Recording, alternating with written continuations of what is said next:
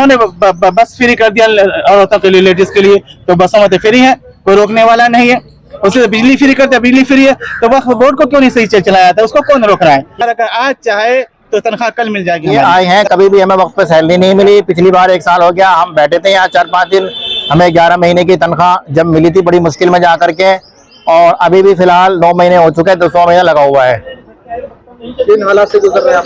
हालात बेइंतहा खराब हैं। अभी पिछली बार रुस्तम साहब बता रहे थे कि मेरी बेटी किसी जगह पढ़ती थी तो उसने खुदकशी कर ली, इस वजह से सिर्फ कि मेरा बाप मेरे जो तालीम है उसका खर्चा नहीं उठा सकता। और अभी हमारे एक दोस्त हैं फौजान साहब, उनकी वालिदा बीमार थी, बल्कि अभी परसों उनका इंतकाल हो गया, और 3 लाख से ऊपर का उनका हॉस्पिटल का बिल है।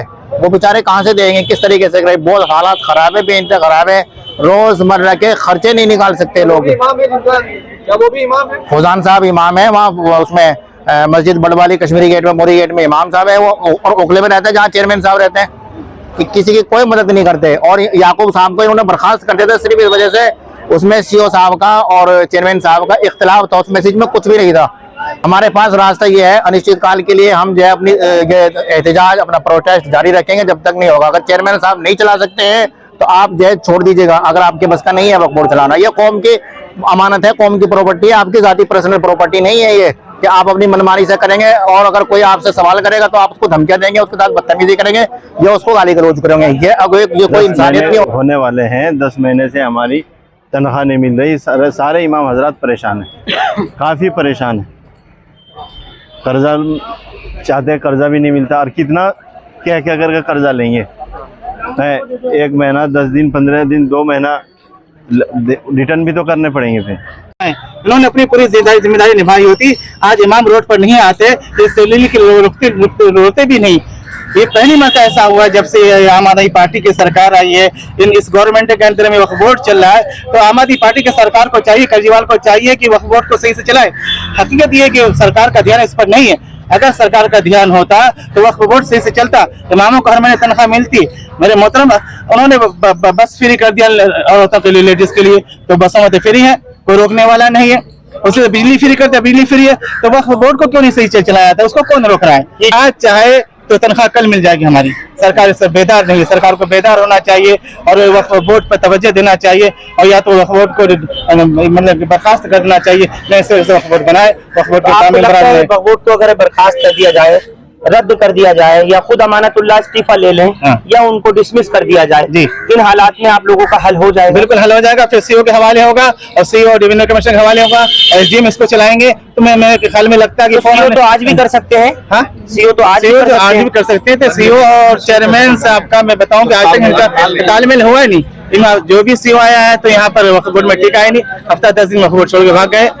तो मेरे ख्याल में ये चेयरमैन साहब को चाहिए कि सीओ से मेल मिलाप करके प्यार मोहब्बत से उससे काम निकाले, और इनका आपस में क्या तालमेल नहीं खाता तो ये जाने हम कि इनके बारे में क्या बता सकते। और कल सुबह 10 बजे फिर यहाँ पे आएंगे और फिर शाम को इसी वक्त खत्म होगा। ये रेगुलर चलता रहेगा, इसकी कोई तारीख नहीं, जब तक इन इमाम और हमारे मुअज्जिनों की पूरी तनख्वाहें नहीं दी जाती हैं और ये वादा नहीं हो जाता कि अगली बार इनकी तनख्वाह नहीं रोकी जाएगी, हर टाइम पर मिलेगी।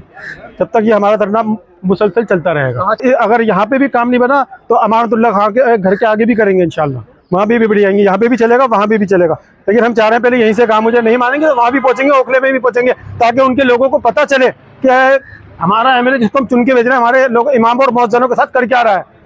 अमानतुल्लाह खां जब से आए हैं जहाँ पे आपने सबका इमामों को सुनी लिया, सब ये चाहते हैं कि तनख्वाह यहाँ से या तो वक्त पे तनख्वाह नहीं दे सकते तो बिल्कुल इस्तीफा दे दें, खत्म कर दें इसको बिल्कुल यहाँ पे।